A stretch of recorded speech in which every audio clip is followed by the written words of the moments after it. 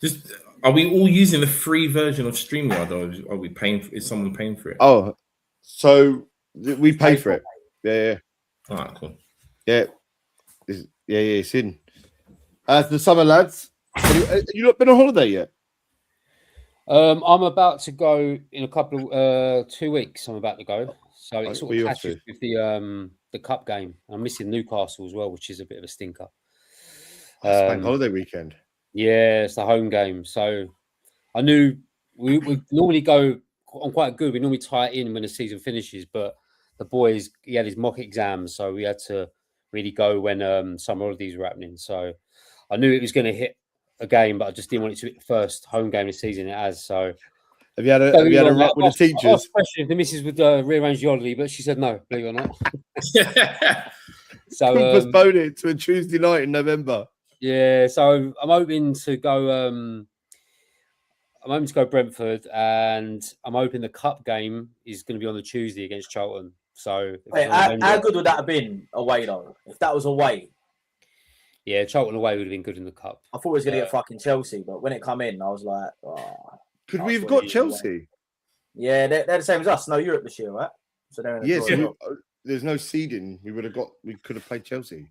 Yeah, it's all to do with the southern section, isn't it? So you, like Tej mentioned last week, I didn't know that, but you obviously it's regionalised in the second round. So where we're not always in the second round, I didn't really know it. So yeah, that's the reason we're playing someone who's down south. So it'd have been doable to maybe do it on a midweek because it's quite close. But we're at home now, so hopefully it's a Tuesday game and I can go before I fly on Wednesday. So where are you going? Going Crete, somewhere in Crete. Oh, nice. Yeah, I ain't been Greece yet. Then, mate. I ain't been Greece. Never been Greece, so I'm looking forward to it. I need a holiday as well. So it's expensive. That's probably why I ain't been. Is it? Even more it's cool off. You can go. You can come to Newcastle. I knew we should have gone Clacton. You say that right, but the kids on them 1p, 2p machines would just be as expensive as fucking going Greece, I reckon. Mate, they love it though. They love it on the 1 and 2p machine. Yeah, nice, man. Yeah, it's great. Especially me, mate. I'm still into shaking the machines, trying to get get the key ring I've paid 45 quid for. Yeah, that's it. You know what I mean? What about you boys? You going holiday or what are you not doing? So for me, I've got nothing in the summer. We're going to Rotterdam in October, half term for a week, just like a Euro camp thing, because we're saving up because we've got Egypt in a couple of years and France next year. So just you say cheap, but it's not bloody cheap. Nothing is, mate. Nothing is. I'm going on a cruise. I'm going on a cruise. Yeah, I'm going on a cruise next week. Are you? Yeah, we're going to Greece. First time, never been. We're going through Larnaca from Cyprus through to Athens, Rhodes, Kefalonia, then into Bodrum, Turkey. Yeah. Lee, I must have missed it, bruv. When was your 60th birthday? You know what? Let me tell you something about that.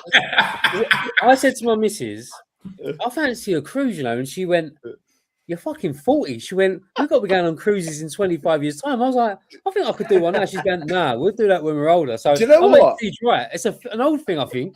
It was, and do you know what it was? The only thing that done it, one, it was a good price, but we wanted to go to Greece, like check out all Athens, like all the historical ancient Greece stuff.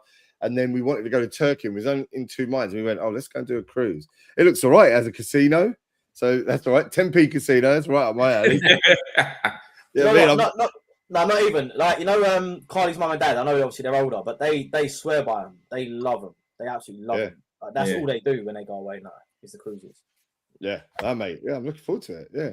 I mean, you get off every day. It's just the thought of being on the bloody water for me, and I need to be careful what I say, but I can't bloody swim. So, you know what I mean? Mate, I'm 2'6", mate. I can't swim either. If I ain't got armbands on, mate, I'm sinking. Fucking hell. I'll say we'll do the Titanic, me and Carisha on the deck. I don't want to worry you, Lee, but have you seen that documentary? The documentary on Netflix has come out a couple of weeks ago about when the water coming, the ship sunk. Don't fucking hell, bro. Have you not seen it? It was only about. No, I had to get special insurance today because of this stuff. Yeah, watch that before you leave. Set you right up for your holiday. Normally, what I do before I get on a flight, I watch Alive. You know that shit film from the 1990s.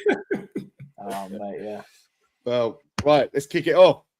This is the Heart Now Here Spurs Fans Podcast, back with you in the year 2026 and the season 2026-27. 2 weeks before we kick off real competitive football away at Brentford.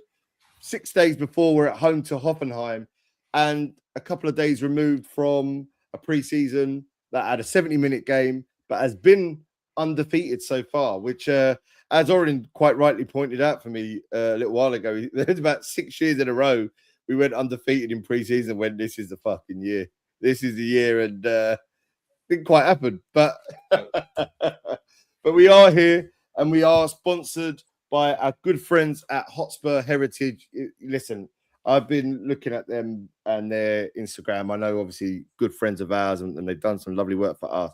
But my God, some of the prints that they are making, the pictures are fantastic. So please go and visit our good friends, our sponsors, Hotspur Heritage, because honestly, anything from fan culture to players' culture, historical to now, it's just beautifully painted and put together. So you really got to go and check out that birthday Christmas present. That is exactly what you want to get.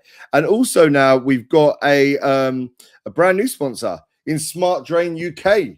So please, if you need anything when it comes to drain repairs or high pressure jetting, CCT surveys, smartdrainuk.co.uk are the ones that you want to be seeing, because they are now a big part of this podcast and really helping us put this all together. Make sure you follow us on the socials. We're on TikTok, we're on Instagram, we're on YouTube live right now. Have we still got the Facebook? Do we keep it Facebook? Oh, yeah. Might be a few because you're an old cunt, you like cruises, but Facebook's for old people, are you? These two on Friends Reunited. I'll tell you what, the best bit me and the wife are looking forward to is seeing Shawadi Wadi. 10 o'clock on a Tuesday night in the ballroom. But no, and you know, before we start to see, I just wanted to say on a serious note that we are we're dedicating this episode to the young legend that is George Dennis, who sadly passed away a couple of weeks ago, tragically passed away. I know the club has reached out and been fantastic with the family. We put a post out, and everybody who got in touch were, you know, you couldn't be lovelier.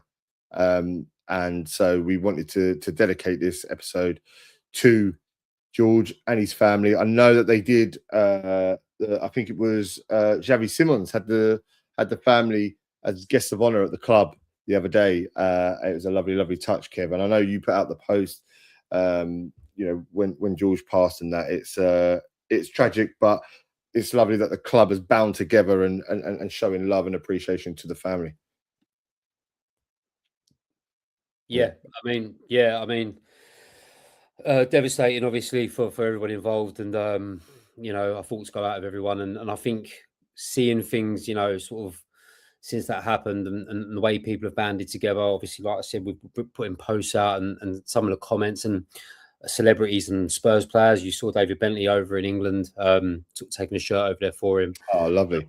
And I think it's when things like that happen, you really see everyone come together in terms of the footballing world, and not even just the Spurs world, but the footballing world, and everybody, you know, even people that are not into football, everyone sort of bounds together for the family. Obviously, you know, for people that have got children and stuff, it's you can imagine it's a really devastating thing to go through. But it's been really nice to see that the club have worked, like you said, with Xavi Simons inviting the family over there for the Getafe game, and yeah, really nice and touching. So, you know, we need to do more things like that for people when they're going through things like this. And you know, our respects and commiserations go out to the family. Massively.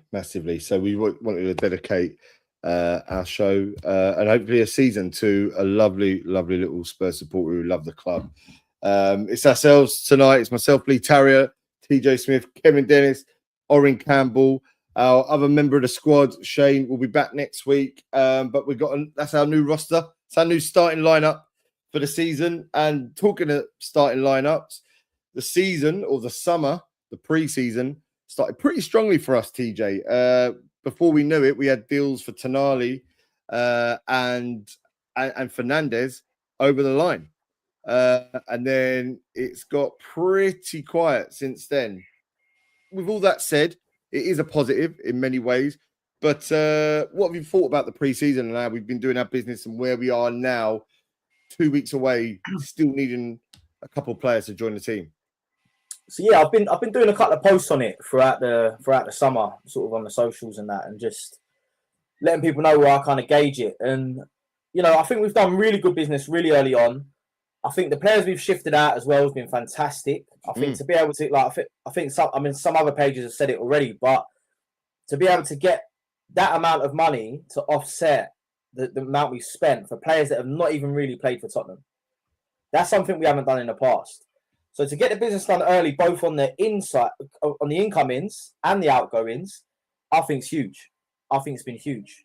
But the problem now is that we're now at a point where, for me, and this is I don't know if anyone feels the same, but for me, if we don't bolster that attacking lineup, it's all going to be in vain. I think everything we've done so far is fantastic. I think we've got good players in good positions. We've took good players out of Premier League sides that are performing well in Premier League teams already. But if we do not improve that forward line, and we've seen it in pre-season, I don't want to pick him out so early on, but Richarlison in that 70-minute game against Getafe, he literally could not score for love nor toffee, that geezer, in that game. And the amount of chances that he presented to him. And I'm just worried that with Solanke's, he's injured all the time, in my opinion. The guy can never be fit fully. I just worry that if we don't bring in the bomber, that we've been sold on, but haven't seen anything since. That then is it. Even though it's been a huge transfer window, and when I say huge, I mean probably one of the best we've had since I've followed the club. Yeah. Will it all be in vain if we don't get that attacker? From my opinion, I think it could be. Yeah. And that's the worrying thing about it, Oren, because you said to me today, it's a year ago today we first made contact with City about Savinho. A year today. We are getting close to the start of the season. You'd want your team in by then. The reason he got Tonali and Fernandes in early is because he wanted to bed them in. He wanted to give them pre-season. Yeah. Do you think the deals with someone like a Savinho, with a Gakpo, with Osimhen, if that's who we're looking for, are these deals that are going to be wrapped up, or do you feel like there's a worry that these may not happen? So I think the deals will get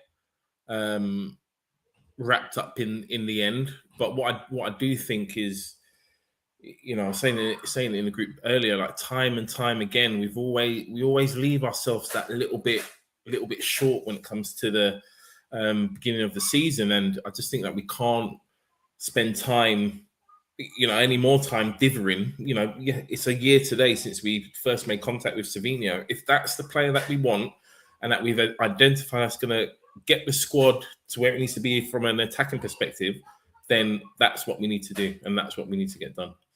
But it seems like they're saying the asking price between what City want and what we're offering has been the stumbling point. Everything else seems to be done, right?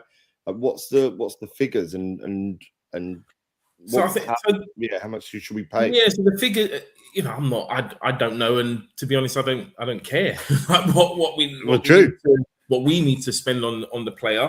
If we are not going to hit the figure that City want, then we have got to walk away because the league starts. So it's either we pay the money or we walk away and we go for other targets. And this is the thing that time and time again, season after season, which we leveled against Levy.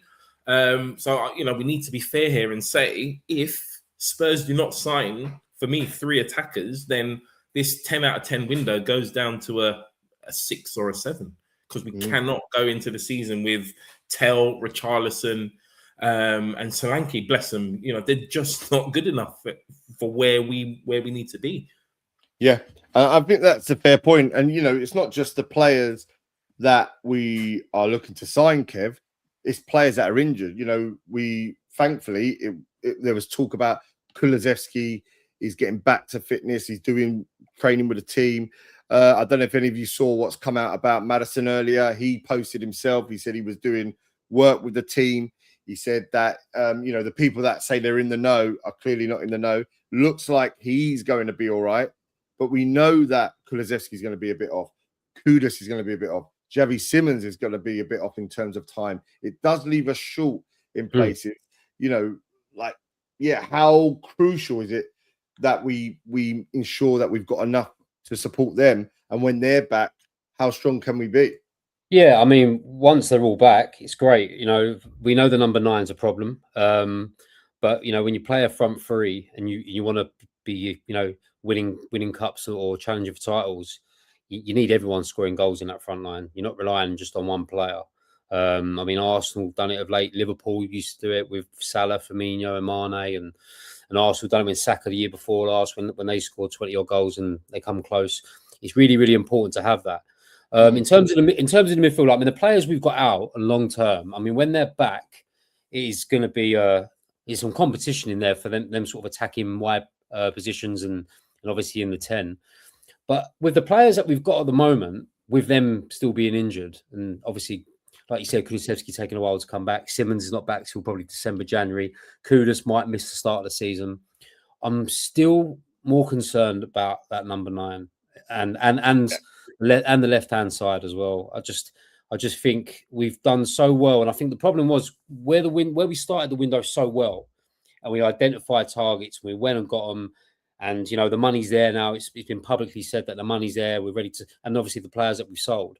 I think we just expected that if we're going to start work early from the back into midfield, then we'll have this striker situation done before Brentford. And I think because we started the window so well, it's now become a bit frustrating because we're now thinking, well, it's just, for me, there's two, maybe definitely minimum 2-3 pieces now that just need putting into the puzzle. And I think we're good to go. But without that, I think, it's going to be difficult to score goals in this team. And that's the problem. And I don't think we have, with Simmons and Kulusevski and then Kudus then players out, it's going to be difficult for everyone else to chip in with goals when our number 9s is not firing. We're going to talk about Richarlison and Solanke. So getting a top centre forward in there now would be great just for why them players are coming back. So it just takes the heat off the rest of them. And if you've got a number 9 that's ready to score goals from the off, we might just be okay while waiting for them players to come back. But if you give me a Cody Gakpo right now just to go into that line, he's the number 9 I want. But if you give me that right now before Brentford, I feel like we've got a bigger chance to go and get 3 points against Brentford, just because Cody Gakpo improves that front line. It's not hard to improve it, but he's a solid Premier League player. And if you can just get him for now while you're mucking about getting whoever you're getting, it might just steady us on until then. There's only a few more weeks left until the window. It ain't that long, but I would like to think that they are working on something big in there, because De Zerbi obviously strikes us as someone who's like, when it needs fixing, he's going to go and get it. And he's certainly got his way so far. So we know that they're working on it, but it's the first few games of the season. I don't want to be going into September not winning any games. And I just think with a number 9 in there for Brentford, definitely need one in there for Newcastle, we'll just be in a better position going into the games while these players are trickling back. But it is the centre forward issue, which is just worrying me for the start of the season. And it's a shame because we've had a good window so far, but I just want it to be completed now. Yeah, because that bomber phrase, which I love. I'm waking up. I'm saying in my sleep, mate. Bomber. I'm saying it. Bomber, that's it. Yeah. Do you know what I mean? It's in my head, and we kind of just want to know who it is. And I can only think it's Osimhen.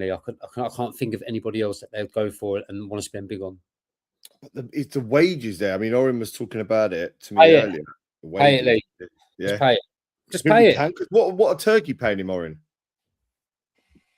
Osimhen. So the reports are saying he's on 400 grand a week at Galatasaray, but the problem with it is because of the tax that they pay in the UK, for him to earn 400 grand a week in the UK, you'd have to pay him 800 grand a week. Oof. Gross. Fucking hell. Bomber. It's structured cleverly because I think there's something to do with like bonuses over there that means they're not taxed on bonuses or something like that. Right. But essentially, he gets his base is like £250,000 a week, but he gets performance related bonuses which he hits. all the time. Is that how they're attracting good players over there? Because I'm seeing players go over like Sane and him and some others. Well, Salah's gone, hasn't he? Salah's gone. And I'm thinking, what is the pull over there? Because it isn't a great league.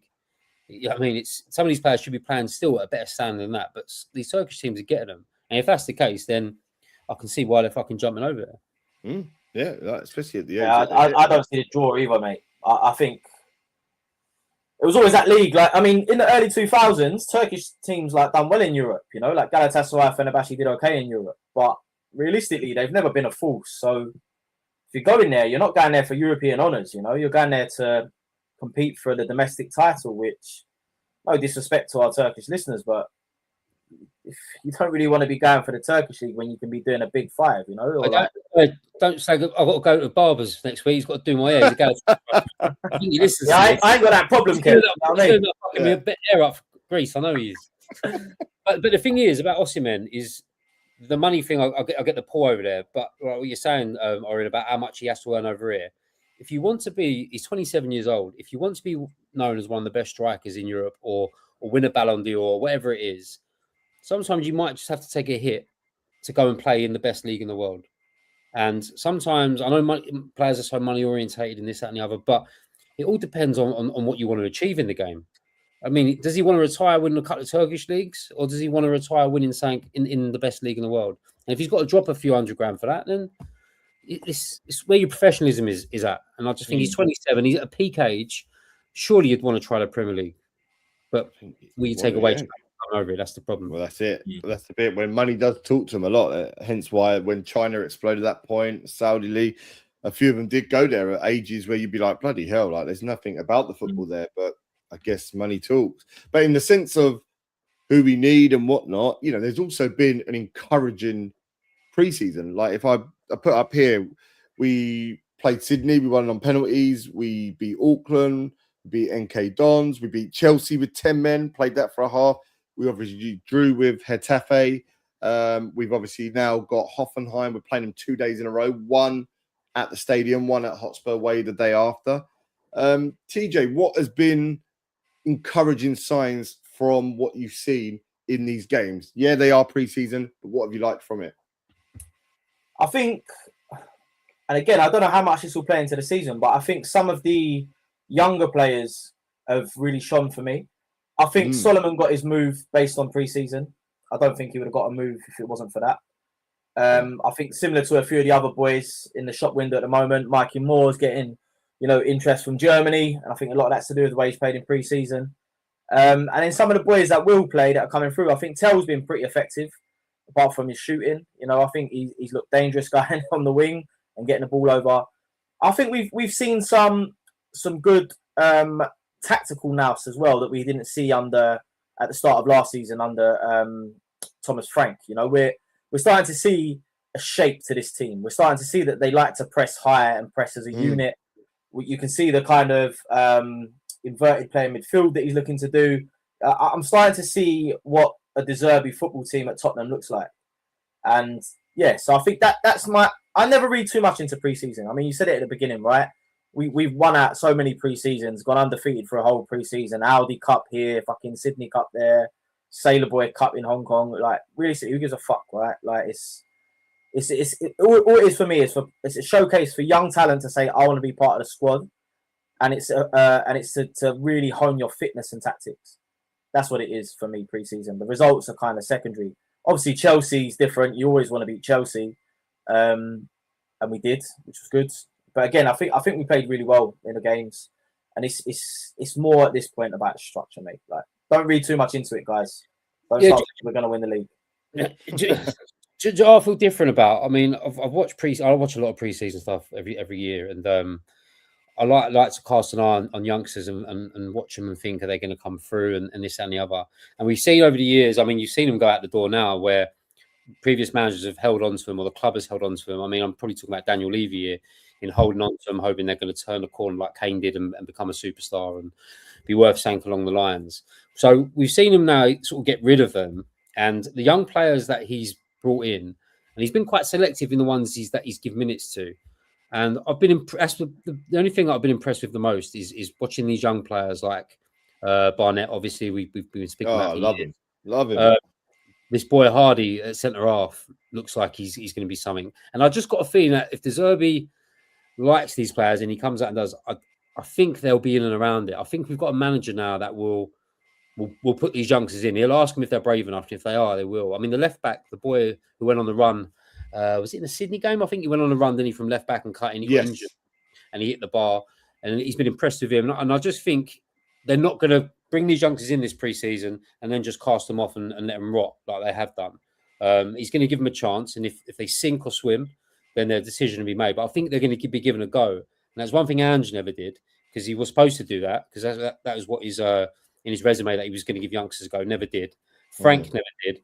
So I just think we've got a manager now who's a bit like, it's how big are your balls for a youngster? Can you handle this? And someone will just grab it. And I think that's what I'm looking forward to the most out of pre-seasons, that you might see some of these players, I know we haven't got as many games this year, but, you might just, if we have a bit of a crisis, or you might see them on the bench, but at least they're involved. And that's one thing I'm probably looking forward to under De Zerbi, and what I've seen in pre-seasons, that there are some talented players there, which I don't want to see loaned to fucking 7 different championship clubs in 3 years. I want to see, if you're good enough, be put in and let's see what you're made of. So hopefully De Zerbi can do that. And that's one positive I took from pre-season.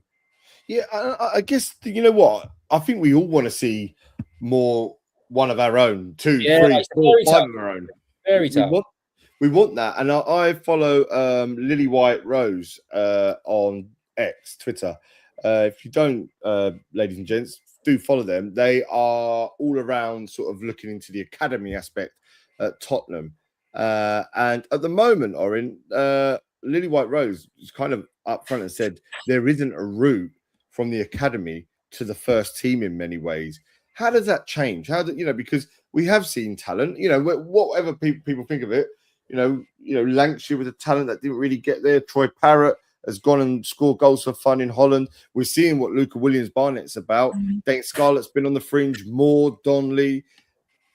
In a season when we're going to only play domestically, is there a chance? Is that a better chance, or is it a better chance when we're in Europe to get these players through? And what needs to change for them to stay there instead of just becoming players that get 2 or 3 appearances? Yeah, so there's 2 things really. So one, under 21, and we're all old enough to remember reserve team football, right? Under 21s football is not competitive enough to keep young players in the under 20s in the under 21s league, which means that they have to go on loan and blah blah blah blah blah. Now, the problem that Spurs have had over the years is that we've not found the right loans for the right youngsters at the right time, which then meant, to Kevin TJ's point, that we're hoarding these youngsters in the hope that one of them has that lightning in the bottle moment and becomes the next Harry Kane, right? But then the second point around the pathway into the first team. Now I look at it slightly differently in that, for me, I take as much joy as seeing a Harry Kane come through and play for Tottenham and score loads of goals. But in the same way, I take joy from a Will Lancashire that's going to get his opportunity to start his career at Middlesbrough, or a Troy Parrott who came in as the next hot thing and had to go off to Holland to then prove himself, and then unfortunately he's going to go and play for a shit club in West Ham. But anyway, he's growing and developing. So I think for us as a club, we need to decide where we need to sit on that spectrum. Now, for me, I think we should be bringing in the best youngsters in the country, because we've got the training ground and the facilities, etc. But we should be happy, and this is why I've liked what Levy 316 has done with this player sales now, that we are being quite aggressive in the market. You look at Ashley Phillips, who we signed for £2 million from Blackburn.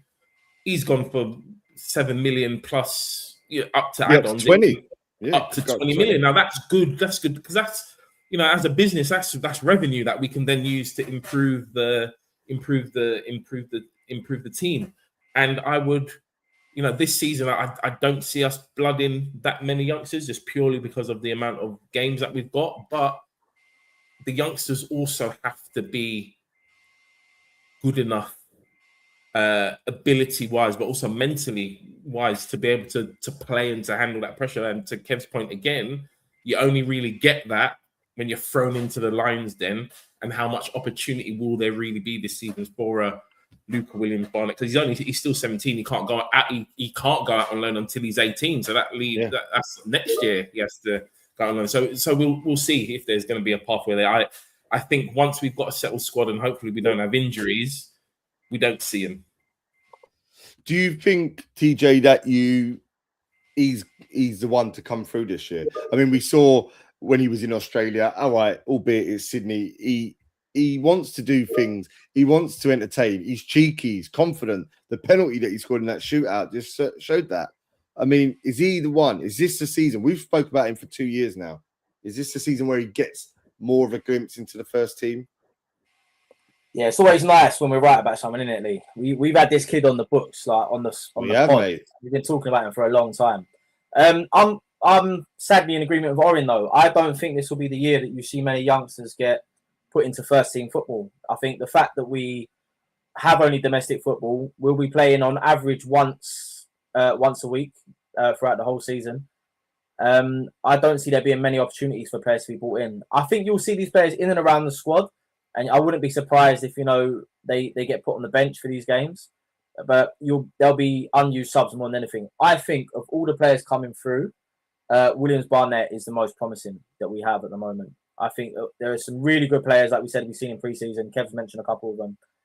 But I think if you want me to put my money on the next superstar coming out of Tottenham's academy, it's Williams-Barnett. I think if he doesn't get his shot in Tottenham, which I think he will, I think he already appears older than his age, older than his years, like when he plays football. I think the Panenka penalty says that. I mean, yes, it's a pre-season game, but you're still trying to impress a new football manager. Yeah, you with the big players. Yeah, you don't like someone who's short of confidence isn't doing that, So we're talking about a player who's still a teenager, still a boy, still learning his trade, but still very effective and very confident. I get young Bellingham vibes, and I know that's a big shout, but I do. Like when I watch him play, I get these, like his aura. That's the word they use these days, right? His aura gives me. Fearless. Yeah. He's kind of just like he's confident. He's like he knows how good he's gonna be or can be, and I think he plays like it. And there's nothing wrong with that in my book at all. I think he's one to watch. Sadly, I don't think it's for this season, though. Yeah, I think for how much I want youngsters around it, I just think we've got a manager who's came in and took the job and sort of said, if I keep you up, I want sort of reinforcements. I want it, I want a challenge. I want to be at the top of the league and not 17th. So I think these players are sort of coming in, these youngsters are having a go, but we've got a manager really he's here for the now. He's not here for, he's not looking to be a bang average mid-table side. When I look at teams like Everton and Palace, you always see these youngsters just popping up into games. Spurs, I think at this point, won't risk any of that. They'll have him around, like I said. He might put the really, really promising ones out on loan because he thinks they're going to learn from it. But I just think he probably doesn't want to toy that now because I think he has an ambition. And I do believe that if he gets the players he wants by the end of this window, he's going to fight for the top 2 or 3 of this league this year. I really do. It's a transitional season as well. But I just think with the reinforcements that we can get in, I think he's here for the now. And without a chairman hanging around saying, no, I want you to play this youngster, I want you to do this, or I want to keep hold of him. I mean, you've already seen it. I'm sure De Zerbi's gone in there and gone, how long's Ashley Phillips been here? Has he ever made the first team? He's been here 4 years. Had to watch him in training and gone, they're not going to get in under me. So let's cash in. And I think that's De Zerbi coming in. And obviously Levy going is massive for that. I just think he's coming in, sweeping the shit out. Whether or not Spurs have damaged these kids' limitations in playing at a top level by now is something Spurs need to look at and the way they've monitored themselves over the years, especially Levy.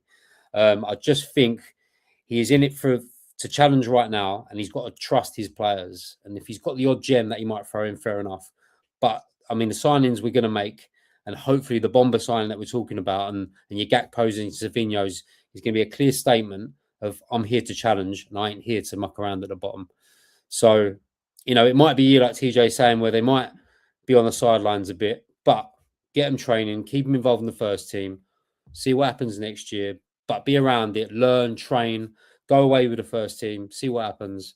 But yeah, I just think we're not he's not looking at being a mid-table side this year. He's looking at being a top team, and you're going to need top players out there with a lot of experience. Yeah, and I guess, there is a lot that we want to hopefully see come through. If you are ever interested in it, I think some of the fixtures fall on nice days. If I've just put it up here, the under 21 fixtures came out. We play our games at Stevenage, so not a million miles away. Some of them feel nicely, like Bank Holiday weekend against Birmingham. There's a few Mondays there. There's like Sunday afternoons at 1 o'clock. A couple of Friday nights. Again, we'll post these throughout, and we'll obviously be breaking down what we see from the under 21s, the under 18s, our women's team throughout the season. But there'll be some tasty games to go to there. I know it's never that expensive, and it might just be the chance that we see a bit of the Williams Barnetts and so on play that might just have that chance to play for us down the line. But I guess with that saying, I think, the biggest thing for me now is kind of touching on what you said there, Kev. We have got 38 games. Let's take away the cups. We've got 38 games, definite. We haven't got no Europe. We are therefore playing almost once a week. You said second or third, Kev. And I spoke to Orin about this over the last week or so, just when we've met up. And I'd agree. It's horrible to say, but I think the neighbours down the road are probably too strong, and I think they begrudgingly may be the number one team, but I think that it's all up in the air with the rest of who can be about, and I do think it is going to come down to how many games you play and how that fits into your squad. I look at Manchester United, I think Carrick, his style, the amount of games they're going to have to play, that could be a struggle. I look at Liverpool, I think they're slightly undercooked. They need to buy players. Play in Europe, that's going to be a struggle. City are probably the most, in the best position to do it.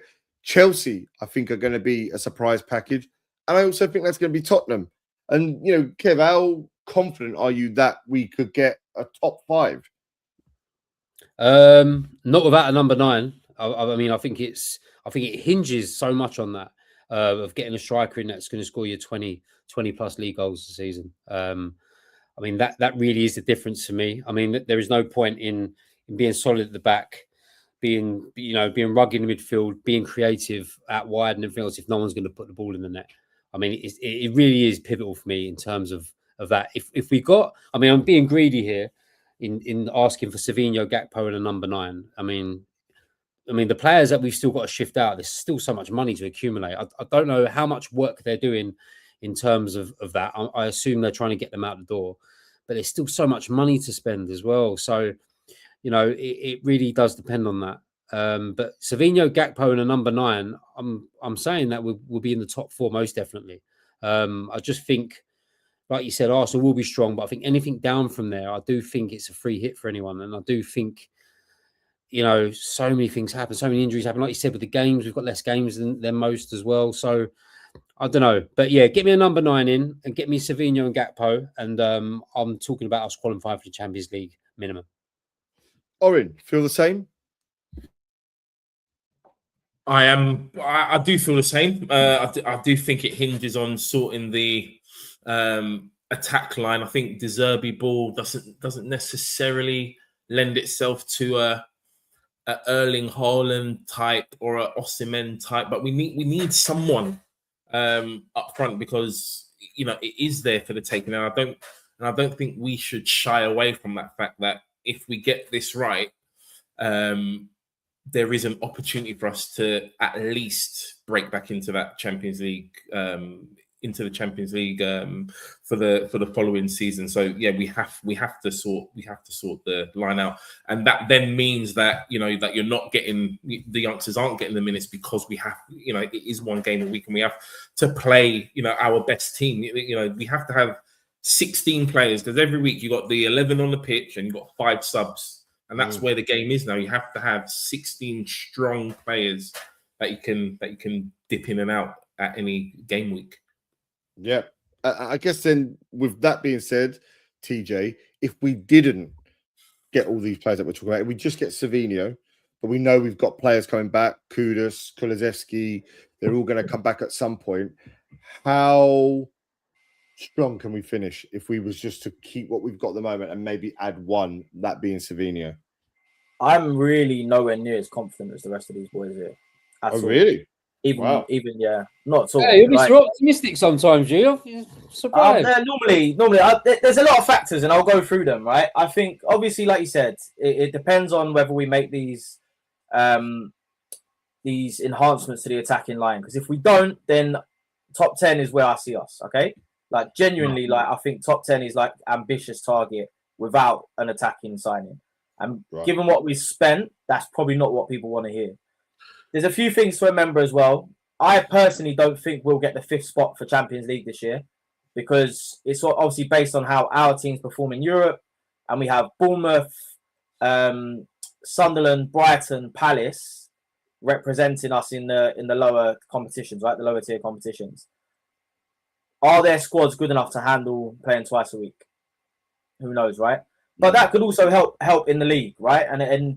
And that's where, you know, that could be a benefit to us because they're now having to play twice a week and their league form might be affected as well. There are so many unknowns. The first Pep Guardiola-less Man City we're about to see this year. Chelsea, brand new team, pretty much. You know, buying fucking has-beens as well as youth. I don't know what they're doing over there, but they're a new team. The only one who I think is consistent coming into this year is actually Arsenal, which is a shame because I want it to be fucking shit. But I think realistic expectations for Tottenham are European places. And I said this last year as well, and it just shows how far off it we were. I think the signings we've made so far will bring us up the table. I do not expect us to be anywhere near the relegation zone this year. But as for where we finish, I think personally, top 4 is optimistic. Very optimistic as it stands, considering we finished 17th last year. Yeah, I only said that if we signed Savinho and Gakpo and a centre forward. I mean, if you take them out, I do think a Conference League position finish good season if we stayed as we was. Yeah, I think even if we take what we've got now and go into next season, considering some players are still injured and, you know, we don't know the form of like our attacking options at the moment, I think 7th is ambitious, genuinely, which will be European football. So I think our aim this year, if we get the right incomings, and we need to get rid of the bad apples as well, like get Romero out. I love him. Thank you for being what you've done for our club, but it's a mismatch now. We need to have that one sorted. And if we bring in a striker, someone that bangs in 20 plus goals a season, I said it before his name was even banded around about Osimhen. For me, he is the perfect signing to fill what no one has been able to do, which is Harry Kane's position. He's nowhere near as good as Harry Kane, but he is that sort of player, like a number 9, someone who's like an out and out striker. Get him, and I might entertain conversations about Champions League football. But until then, I think European places should be the push this season, and I think that will be ambitious as well. I'll take that. I mean, I think if we get in that top 7 from 17th, I know that you can look at those as isolated incidents, but they did it 2 years in a row. It's a big jump. So I definitely feel that, you know, getting in those European places, I'd be happy. I do feel this is a project. I feel it's a project that's going to gain more leverage in probably, let's call this year 1 for the Derby. Let's not take last year. Yeah. Can I ask you a question? Go on. Would you be happy with top 10 and the Carabao Cup? 100%. I would take that right massively. Now. That was going to be my point. Like cups, like, is this something that you reckon he's going to take seriously? You know, if he's only playing 38 games only, but if that's all he's got, like, yeah, I want these cups. I want to go out there. I want us to play a first team against Charlton and get out there, or, you know, a mixture at least. And I want us to win these games. I want good vibes there. A cup, obviously, there's luck in the draw as well. But I feel like, you know, before you know it, you can get to the quarterfinals of that tournament without even breaking a sweat. So, yeah, I want it, mate. I'd love the FA Cup. I would love the FA Cup. You give me Carabao Cup and 10th, and I think we've built on something. You know, two trophies in 3 years. The way I see it, Lee, is we're a European club, and we're a European club without European football this year. We should be performing well in domestic competitions to compensate the fact we don't have European football. We should be pushing for last 4 in both cups. Yeah, which again is ambitious, but I fully believe we're capable of it. I hope so, mate. I really, really hope so. And I guess with that being said, there is also a chance for us to see who is the top manager in ourselves. This year, ladies and gentlemen, we are actually creating our own FPL, Fantasy Premier League. The Heart Now Here FPL Cup is up and running. That is our code, which is H5A93M. I don't know. Have you all signed up? Have you done your fantasy league teams yet, gents? Joe, what, I'm normally a last minute merchant, me. I leave it right to the day before, just so anyone else comes in the door. Like I said on the group chat, I wonder how much Osimhen will cost. I'm waiting for that one. But do you know what? I used to do the Sun one a lot. And do you remember when we used to have it in the newspapers? I'm going to sound like a right fucker here. But I used to be on that cruise, mate. And read the newspaper on it. But you never used to be able to transfer people in and out. It was like your team was your team, and that was it for the season. I was good at that. But where all these changes come in, I went into the FPL for the first time last year because I was doing the Sun one before because I used to run one, and I couldn't keep up with the fucking constant changing. I mean, Cody, my boy, he was on me about it, but he was changing players every minute and captaining, triple captaining people. And I was thinking, fuck, I got lost of it. So I ended up fucking giving up in about October. But now I know we're in it and there's a bit of bragging rights within the pod. I think I'll take it extra serious this year and win the whole thing. Well, look, this is it. Currently, I'm counting. There's 1, 2, 3, 4, 5, 6, 7, 8, 9, 10, 11. There's 15 teams in it at the moment. And we did a soft launch last week. We put a post out. So again, we're just going to keep drumming it in. We're going to put it across the socials. So please do join up because. I'll ask you a question. If one of us, we've obviously offered prizes out halfway through in the season. If one of us, we still get the prize, yeah? Yeah, 100%. All right, just make. Why just not? make We're in it. We're in it to win it. Yeah. You don't have to buy your own present. You can't fix this. This is down to the skill. So yeah. There will be prizes, as Kev says. We'll be putting something out halfway through the season around Christmas, and then we'll do something at the end for the overall winner. Because again, it's just a good way to us to see who's got the chops when they talk about it. Both our own bragging rights between the 5 of us, but also the wider audience. So we'd love to have you on, and we will be sort of breaking down the league table each week, seeing who's getting the most points. I wonder how many Arsenal players get picked from the players in. Let me tell you something. Let me tell you something. All the years I've ever done the dream team, and I'm talking, fucking 20, 25 years, I've never stuck a gooner in there, and I won't. Have you not? I will never do it. Never. Can't do it, mate. I'd rather lose the money. I'd rather lose the money than cheering Arsenal striker on to bag an hat-trick in a game with his triple captain. That's exactly why. Same reason. Have you ever bet on an Arsenal game? No, don't bet on them. And the only time I have bet on them to lose or something, the odd time they've gone and won. So I don't touch Arsenal. I don't even touch Spurs now in bets. Just fucking hard work. So they're the 2 teams I always avoid in bets. Right. Unless I'm doing a bit of a juicy bet and Arsenal fucking clear favourites, I might do. But throw it in an acca. Yeah, I don't like backing them at all.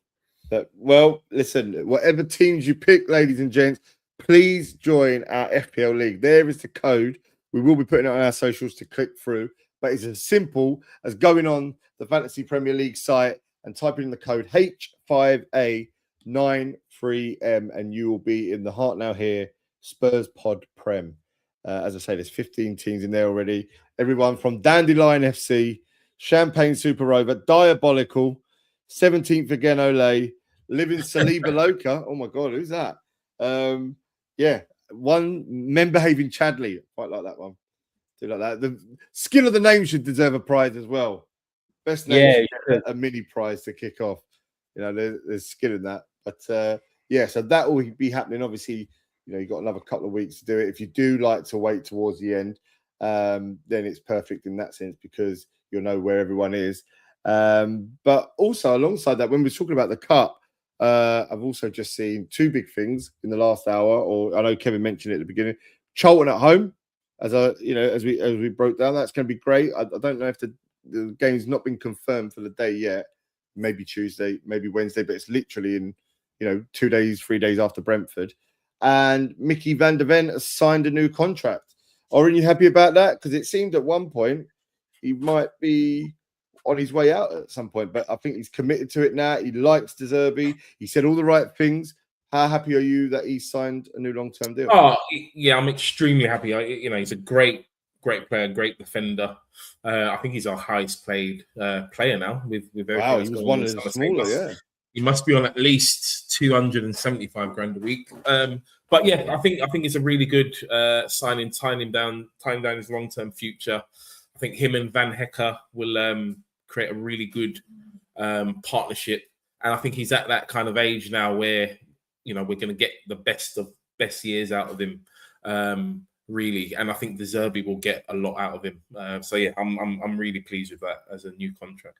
Yeah, man. Listen, our best player should be on the best money. It's as simple as that. And for me, he is. When I say the best player, he's the sort of player I look in that team and think if he was missing, I think it'd hurt us the most. That's no disrespect to the other defenders, but he's just a different level. He really is. And so right, they should have paid because he was on shit money before, and I mean, I'm surprised he hasn't had one already. But obviously, all that shit last year with Frank, it didn't look good. But this is where top managers come in and put their arm around players. I've got Pochettino vibes from him in terms of all that, putting his arm around players, telling players how good they are, and having that sort of relationship with him. And must have been integral to him signing. So massive news for us, mate. I'm really, really pleased about that. Yeah, it's a sign of intent from a player, which is great. And hearing the stories, I mean, look, how he contacted Van Heck, Tonali, Fernandez. He hunted them down, De Zerbi. He wanted them. He went and got them. He went out. Yeah, now get on the plane to Turkey. That's it, right? Hoffenheim on Saturday. Anyone going? Anyone there? No, I'm saving the bullets, the brownie points for that one, mate. I'm saving the bullets. When we get like fucking Carlisle away in the FA Cup third round, I think like I'm gonna need some ammunition about the games I missed. So, you know what? I've never been to the home friendlies before ever, and I think it's because I've been away from the ground so long. Yeah. I want my first time back in there to be.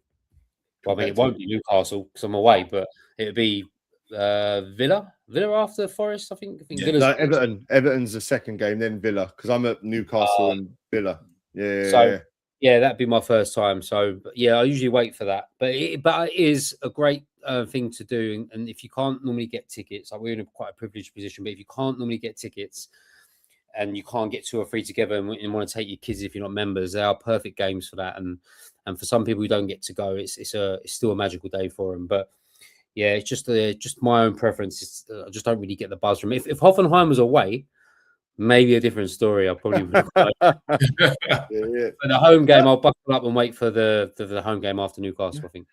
Yeah, I mean, obviously the way that teams play pre-season has changed dramatically over the last 20 years, 25 years. Before you'd be at Barnet's and Crystal, Leyton Orients and whatnot, playing away from at Enfield Town. And then obviously, once the market grew, we went worldwide, as you see now when we've been to Australia, China in recent years, Japan, America. So I remember when they first started doing them, and I think it was around 2. I remember we played Fiorentina for a Bill Nicholson testimonial, which was lovely in 2001, 2002. It was like just as Hoddle when Sheringham had come back, Poyet.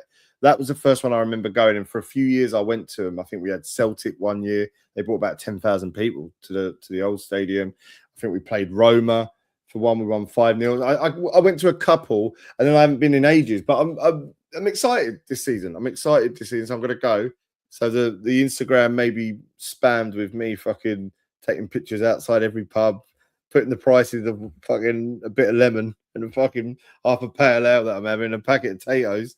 But yeah, I'll be there, and I'm looking forward to it. I think it'd be a nice day. I mean, the weather, cannot complain about how the weather's been this summer, so I think the weather's going to be good for that. So I'm just interested to see who will be playing that day. I know he doesn't want. That's it. You've got to be quite coy as well, wouldn't you? Because obviously you've got such a big game the following weekend. It might be a game where you might see some of the youngsters in the flesh. seen at pre-season. So that's quite an interesting thing to go there and see, seeing players like that. We'd love to see Luca. Yeah, that'd be good. All right. Well, look, lads, we'll be back next week where we will talk about Hoffenheim. We'll talk about hopefully somebody else that's coming. It's got to happen soon. I mean, all in all, it has been a productive and positive summer so far. Don't forget, 14 days is a lifetime in world of football. And well, what is the final day of the transfer deadline? Is it the 31st of August or is it the Tuesday, the 1st of September? Because the 31st is a bank holiday, so normally they push it. It's the 1st of September. It's the 1st. So, yeah, we've got 22 days left of the window. There might be players that come in later than as the season starts. But I do think there's a lot of positivity around the club. I'm expecting one in before Brentford. I really am. Oh, bro, yeah. I definitely think that. If I spend money on it, I think Gakpo might happen before then. I think he's the one. I think the Savinho thing, I think City are reluctant to sell until they get someone in. And I know they're sniffing around Neto of Chelsea. So it might just take that one piece of puzzle to get him out there and for him to join us because he's agreed to personal terms. He's ready to come. But look, keep your eye on Gakpo before Brentford. I think that might be something that'll happen, I reckon.